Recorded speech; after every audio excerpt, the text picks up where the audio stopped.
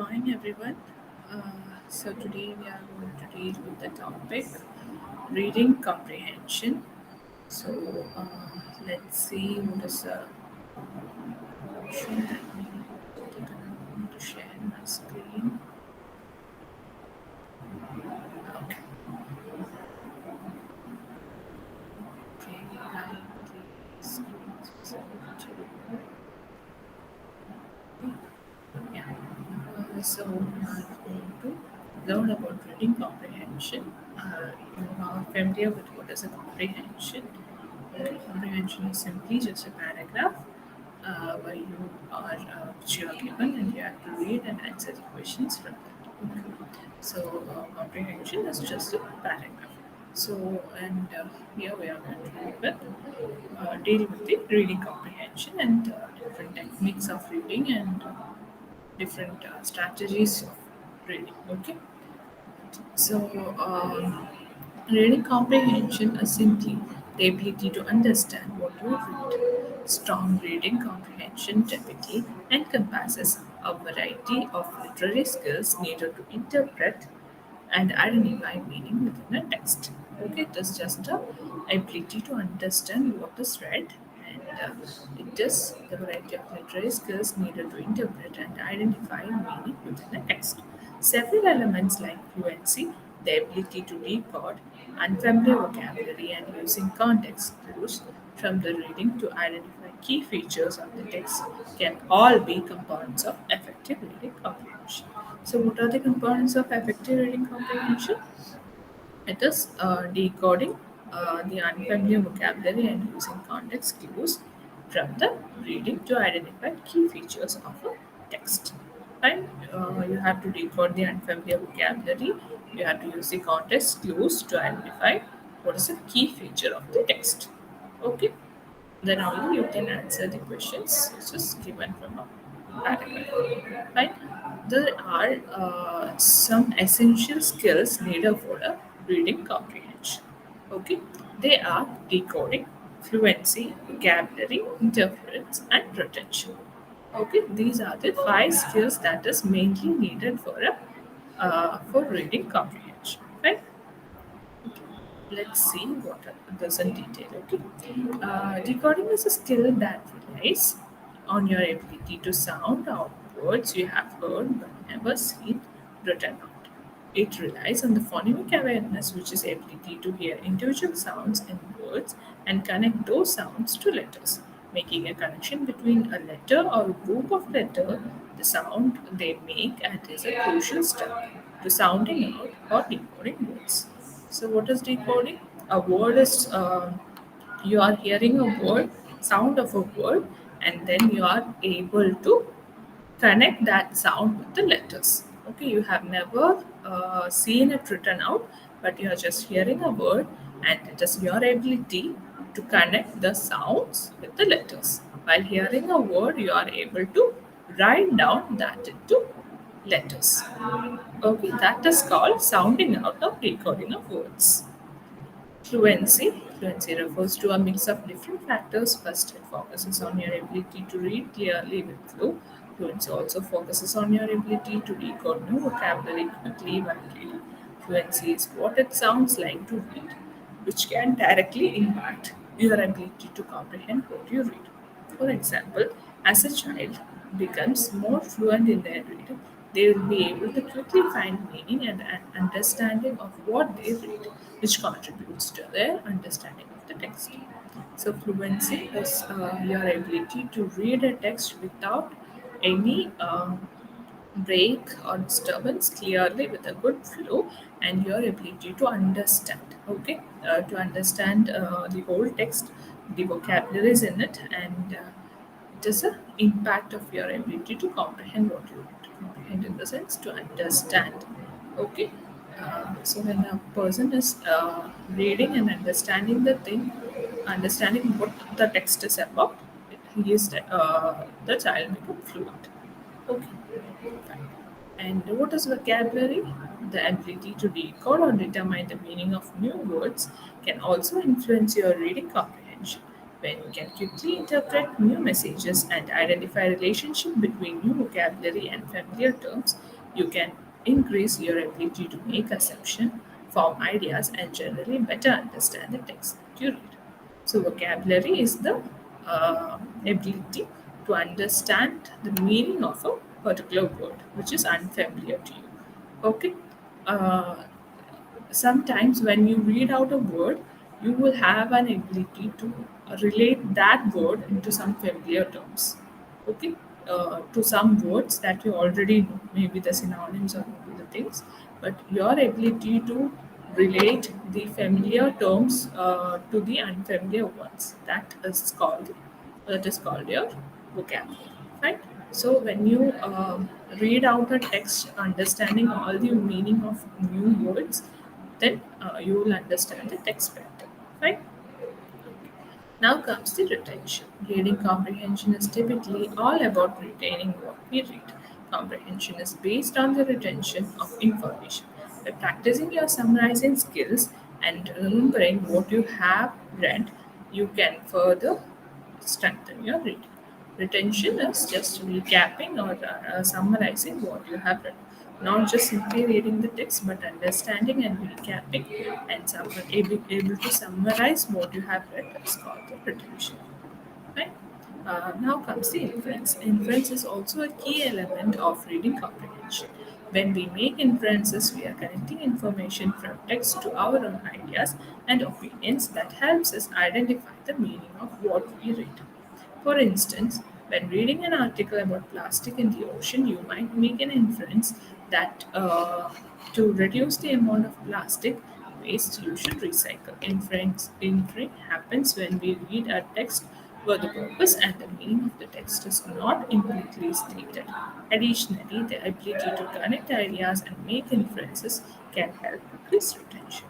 Okay, inference is the term when you are reading out a text and then you can compare your own opinions and ideas with what you read.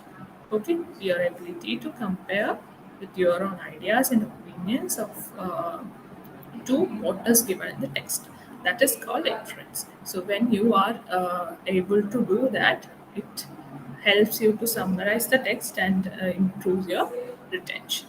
So here an example is given where when you are reading about the plastics in ocean, you can think about the ways to reduce the amount of plastic waste, and then you automatically think about recycling. Okay, that is how you relate yourself to the text. That is called inference. Right? Okay, now how to improve your reading skill. So there are certain ways in which you can improve your reading skill. You might practice speed reading to improve your fluency and make notes each time you encounter unfamiliar vocabulary. The following steps also outline that you might. So the things mentioned here is you have to practice speed reading, which will improve your fluency. Then you have to make notes of the unfamiliar words that you are encountering with. So with this, while you are reading, every time you find come to know about many new words. Okay, and these are some ideas to improve your reading skill. That is, set aside time to read each day. You have to read every day and keep a reading goal. Then review the text you read, determine the purpose. That is what you are going to read and why you are reading. Then apply key reading strategies and takes note while you read. Take note while you read. Apply what you read by summarizing. Okay. You should have a strategy. You have to take notes and you have to summarize the thing also. Right? And now comes silent reading. In silent reading, there is no movement of lips and tongue, but there should be full concentration, and the thought should not wander aimlessly while they are reading silently. Okay, there are two types of reading, as you know, it is silent reading and loud reading. In silent reading, there is no movement of lip or tongue, but you are just reading in your mind. But that doesn't mean that your thoughts can wander. You have to give your full concentration on what you are reading and understand the thing and read quietly. Okay, silent reading provides opportunity to learn meaning of many new words and concepts.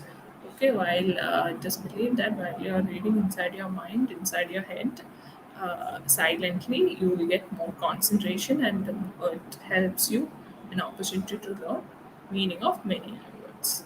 Okay, here are few advantages of silent reading. That is, it saves time, it saves energy, and it helps in self-education and deep study. It develops the ability to read with interest. Right? So, when you are not putting more effort in reading, you are just reading silently, it is saving time and energy. Understanding and self education is improved here, and also interest is improved. Okay, it also develops the interest. Now comes the loud reading. In loud reading, the students are to read aloud, so he should correct the wrong pronunciation immediately and give a drill of correct pronunciation to the whole class. And in case of loud reading, while a person is reading out loud and everyone is listening to him, if he is giving a wrong pronunciation, he will be corrected there. Okay, someone will be there to correct him. That is the advantage of the thing. Okay, yeah. So that is a self-learning process, right? There is a controversy on the point whether silent reading should be followed by loud reading or vice versa, right? Which have to be followed is still a confusion because when you're reading silently, it will improve your concentration. But when you're reading loudly, it gives you a chance to be corrected, right?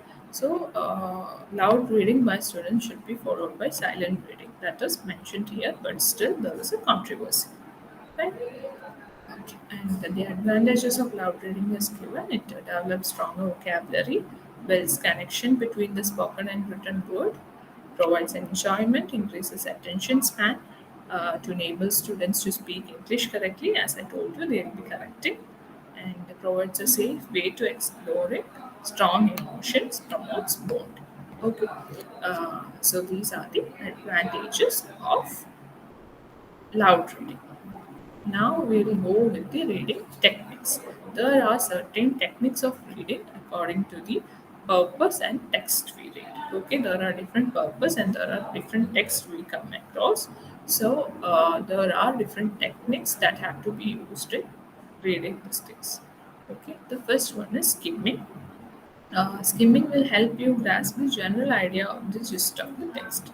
You might quickly read the table of content, the heading, or the abstract. You could also read the first and last paragraph of the first and last sentence of each paragraph in the relevant section. So skimming is done when you need only the general idea of the paragraph and not the line by line things. Okay, where you can just quickly go through the table of content, heading and abstract. You can just read the first and last paragraph and also maybe the first and last line. Okay, because you don't want the whole information clearly. You are just going through the text because you have to get just an idea about what the text is about. Right? Then comes scanning. Scanning allows you to locate precise information. You might identify a key term or expression which will alert you to where your subject is being addressed. You could then run your eyes over a text looking for these. Right? So scanning is done when you are in search of something. So in your reading comprehension, when a question is asked from the uh, paragraph, you are just searching the answer for the question in a paragraph, right? So you'll be just going through not line by line, not word by word, but you'll be just scanning above and not reading anything clearly, but your focus will be on searching a particular term or an expression, right? So that is called scanning. Now comes detailed reading. Detailed reading, as the name suggests, reading everything critically to come to a conclusion, to know about the things while you do with your textbooks, no? For your exams, there's the same thing. Entire text you are reading with all the important section. You are not skipping anything. You are just reading carefully everything. Okay. And then comes the revision reading, which involves revising. As the name suggests, it is just revising. You have already read a paragraph or you are already familiar with the paragraph, but you are reading it again to just confirm the knowledge or just recap it. Okay, that is called revision reading. Okay. Before reading, get an overview of the text. Know what you are going to read. First thing. Skim the table of content, heading, and subheading. You have to just go through the content, subheading, everything. Read the introduction and conclusion. Scan the relevant section and locate where the topic is discussed. Okay, these are the things that you have to do while you are doing a revision reading. Right? So you are clear with skimming, scanning, and detailed reading, revision reading, and also how to improve your reading skills and everything, right?